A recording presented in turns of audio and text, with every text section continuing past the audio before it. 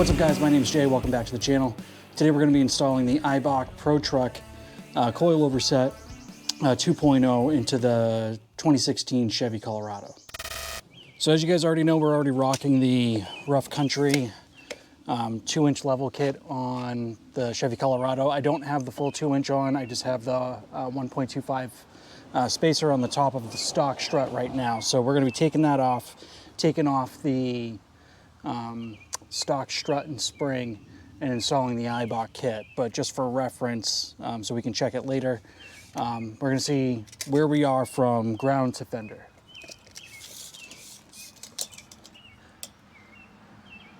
We are, let's just get this right in the center, right about 36.25 is where we are on this. And then on the, see where we are on the driver's side, go center to center. We're about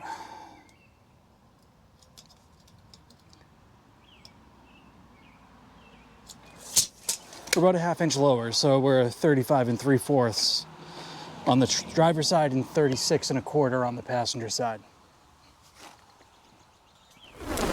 All right, so to get started, we're going to start with the driver's side first, and obviously you got to remove the wheel first. I'm using a 1/2-inch ratchet, and I've got a 3-inch extension, and I'm using a it's a, what is this? A 7/8 socket to loosen these up.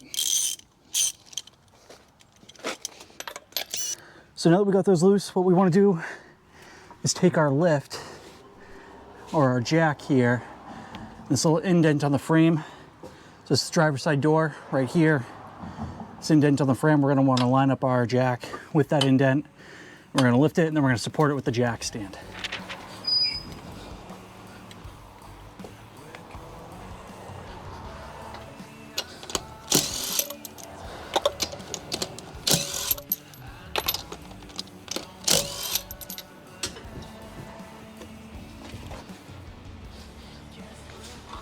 Lug nuts are off, tires off. So what we're going to do now is we're going to remove this plastic skid plate that you see here, and that's held on by 4 15mm bolts. So you got one here, here, then here, and then here. So we're going to go ahead and drive these out.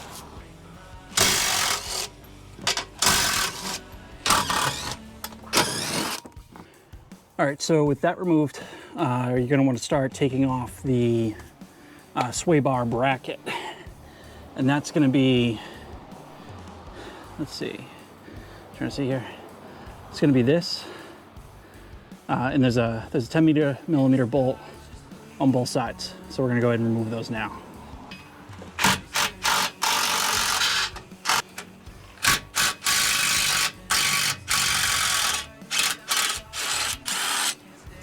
The next thing we're doing is removing this 13mm bolt here. This holds the ABS line in place in the brake hose here. And then we have a 10mm bolt on the back of the knuckle here, and we're going to take that off.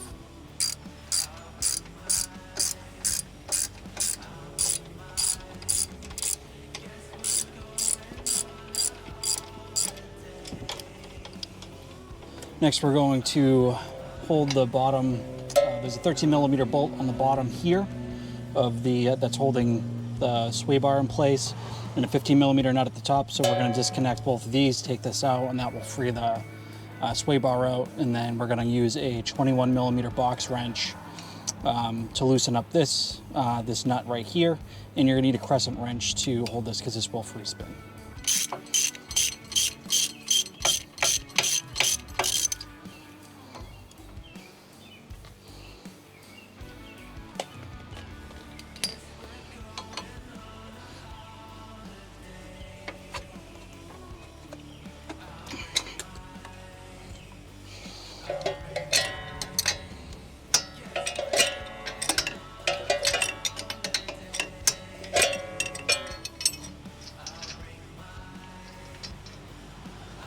Now you're going to use a 6mm Allen to hold this bolt in place, and you're going to use an 18mm wrench to undo the nut itself. A ratcheting box wrench will help a lot here.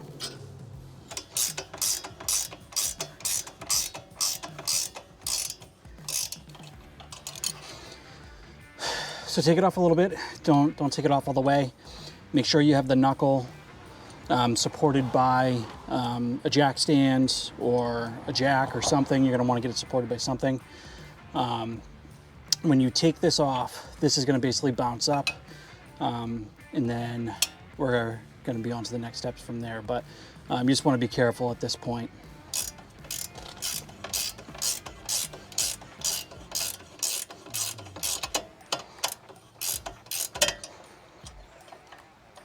Using a 21mm socket, we're going to go ahead and remove the strut lower nut.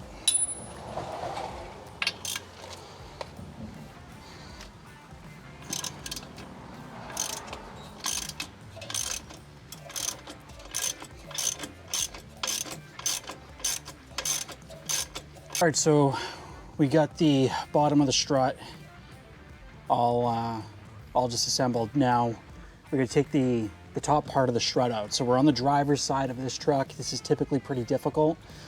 If you're rocking still stock hardware up here, it's going to be an 18mm nut that you're going to want to take off, and you get 3 of them. So you get 2 in the front, and there's 1 all the way in the back. The one in the back, there's very little room to get a wrench back here, but I'm going to show you a trick for that, where you can actually reach it from the top with a socket, so it'll be a lot easier for you. But the 2 front, you're still going to need a ratcheting box wrench, but they're not nearly as bad as trying to get that back one. And then on the passenger side, it's really not an issue. So let's go ahead and get started. I'll show you the trick for reaching that back bolt first. So you need a pretty long ratchet and extension in order to reach it. I'll show you what I did here. So I've got my 1/2 inch ratchet, and got a 6-inch extension bar with essentially like a 4-inch extension bar.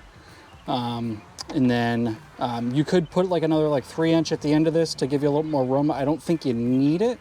Let me show you where we're going to be aiming for here. So if you look down, and I don't know if you're going to be able to see it, but you basically see where that, if you look right down here, just past the oil filter, that's actually that back nut for the strut tower. So we're going to go ahead and pop that off, and I'll show you guys when I get my socket fed down there. So if you look down there, you can see I'm actually sitting on top of that nut right now. So that should help you out with trying to get that back one off without killing your knuckles and taking like 30-40 minutes just to pop that off. So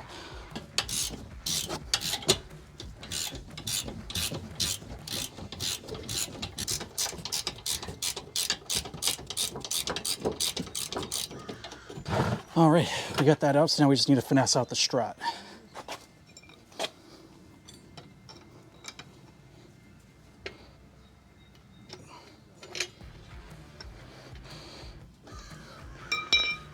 Hey guys.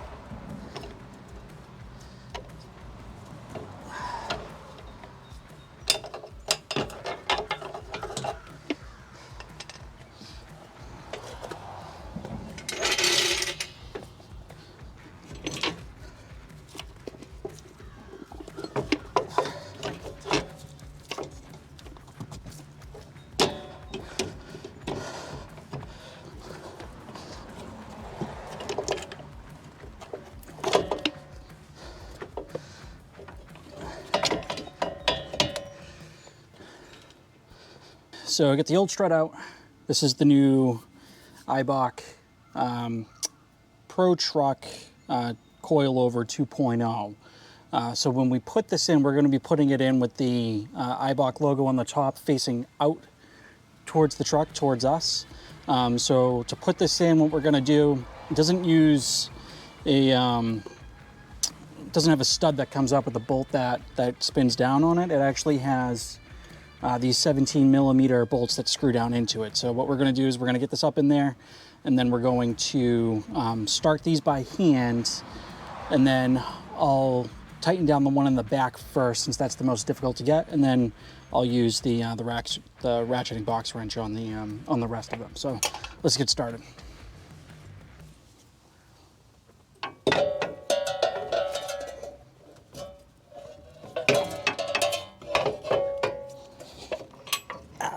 Come on now.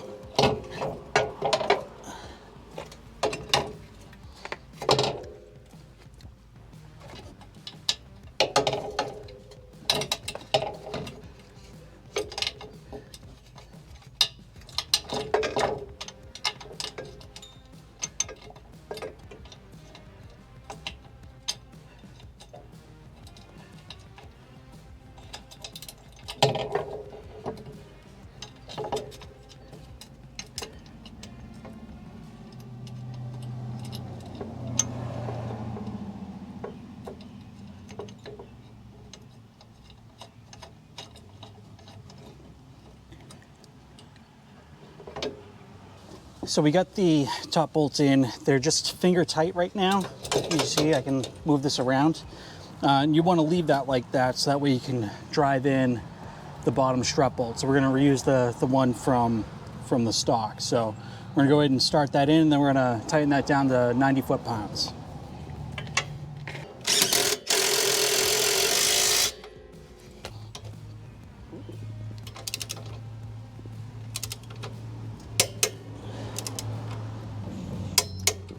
All right, we got the coilover in. I've ran this, just in case you're curious, actually, before I get on to the next steps. So if you're able to, I don't have a torque wrench that can actually fit on top of these bolts that are seating in the top of the strut, or the top of the coilover. But if you do have that tool, it's 37 foot-pounds, in case you're curious. So the bottom is actually 74. I did 90, whatever. It's not going to be the end of the world. It's fine. And I was able to put the torque wrench on the back bolts, but that was the only bolt I was able to get with the torque wrench. So just kind of nice and tight for the two front ones. It should be all set. So now what we're going to do is we're going to get the knuckle attached back to the upper control arm. And the way we're going to do that is I've got this ratchet strap, just kind of lifting up the lower control arm, and I'll steer the knuckle the best I can with my hand until I can get this started, before I can get this 18 millimeter bolt started by hand. So let's go ahead and give this a shot.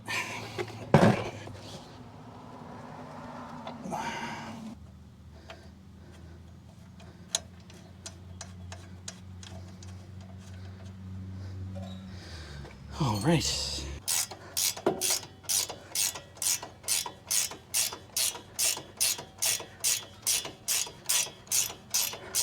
All right, next up we're going to put the tie rod back on. So this is the 21 millimeter nut. And again, you're going to need a crescent wrench for this.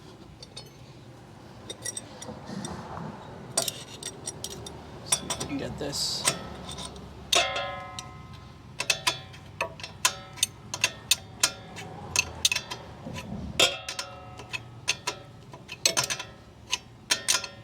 I'm going to reconnect the sway bar bracket, just because I find it easier to get this aligned before you reconnect it all down here. So we're going to do that next, and then we're going to reconnect the sway bar bracket to the lower control arm. So again, it's a 13 on the bottom and a 15 on the top.